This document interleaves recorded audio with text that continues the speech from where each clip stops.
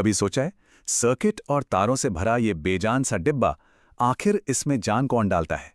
ये धातु और प्लास्टिक का ढेर अचानक से सोचने और काम करने कैसे लगता है?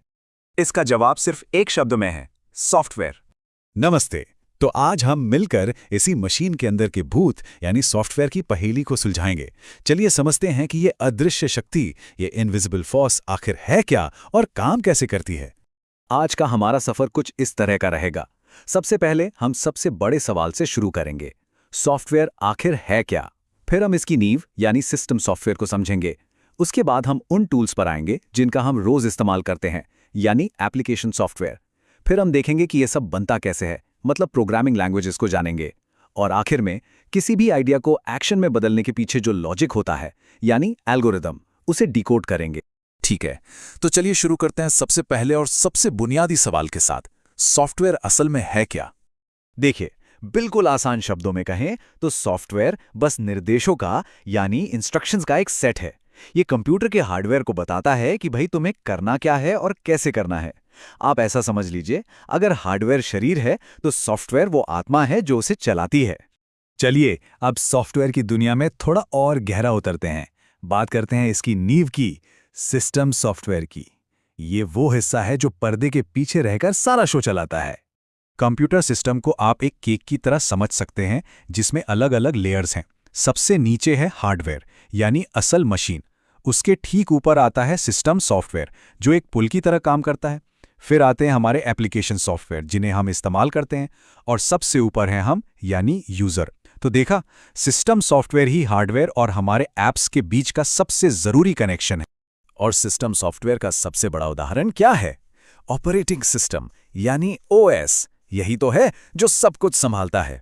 ये हमें एक यूजर इंटरफेस देता है, सारे हार्डवेयर को मैनेज करता है, कीबोर्ड, माउस जैसे इनपुट आउटपुट डिवाइस संभालता है, और हाँ, कंप्यूटर की मेंटेनेंस और सिक्योरिटी का ध्यान भी यही रखता है।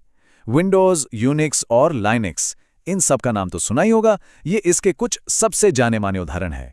अच्छा, अब सिस्टम सॉफ्टवेयर से आगे बढ़कर उस सॉफ्टवेयर की बात करते हैं जिससे हम और आप हर रोज इंटरैक्ट करते हैं, एप्लीकेशन सॉफ्टवेयर।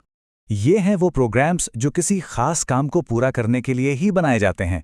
सोचकर देखिए, स्प्रेडशीट से लेकर डिज़ाइन तक, कुछ लिखने से लेकर हिसाब किताब करने तक, हम कंप्यूटर से अपना सारा काम एप्लीकेशन सॉफ्टवेयर की मदद से ही तो करवाते हैं। इसके कुछ आम उदाहरण तो हम हर रोज देखते हैं। जैसे कुछ लिखना हो तो हम MS वर्ड या गूगल डॉक्स खोल लेते हैं। हिसाब किताब के लिए MS एक्सेल है। डेटाबेस मैनेजमेंट के लिए MS एक्सेस और ओरेकल जैसे सॉफ्टवेयर हैं। और अकाउंटिंग वाले टैली के बिना तो काम ही नहीं कर सकते। ये सब वही टूल्स हैं जो हमारी रोजमर्रा की जिंदगी और काम को आसान बनाते हैं। तो हमने वो सॉफ्टवेयर तो देख लिया जिसे हम रोज इस्तेमाल करते हैं, पर कभी ये सोचा है कि ये बेहतरीन टूल्स आखिर बनते कैसे हैं? यहीं पे एंट्री होती है सॉफ्टवेयर के बिल्डिंग ब्लॉक्स की, प्रोग्रामिंग लैंग्वेजेस। देखिए, मोटे तौर पर दो तरह की भाषाएं होती हैं।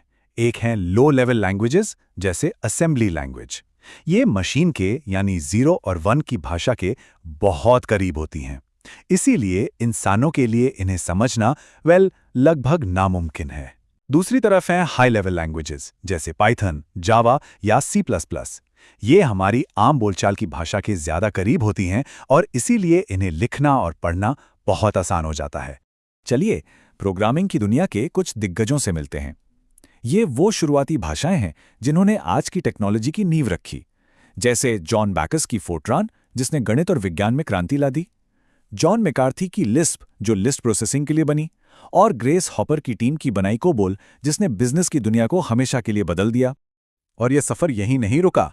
इसके बाद आए डेनिस रिची और उनकी C लैंग्वेज, जो एक असली गेम चेंजर थी। इसने प्रोग्रामर्स को हार्डवेयर पर इतना कंट्रोल दिया कि विंडोज और लिनक्स जैसे ऑपरेटिंग सिस्टम बनाना मुमकिन हुआ। फिर आई C++, जावा और आज की सबसे लोकप्रिय भाषाओं में से एक गुइडो वैन रोसम की पाइथन, जो अपनी सादगी के लिए जानी जाती है। लेकिन किसी भी भाषा में कोड लिखने से पहले एक और बहुत जरूरी चीज होती है, एक प्लान, एक नक्शा। और टेक्नोलॉजी की दुनिया में इसी नक्शे को एल्गोरिदम कहते हैं। तो ये एल्गोरिदम आखिर है क्या? ये किसी भी प्रॉब्लम को सॉल्व करने का एक सिस्टमैटिक स्टेप बाय स्टेप तरीका है।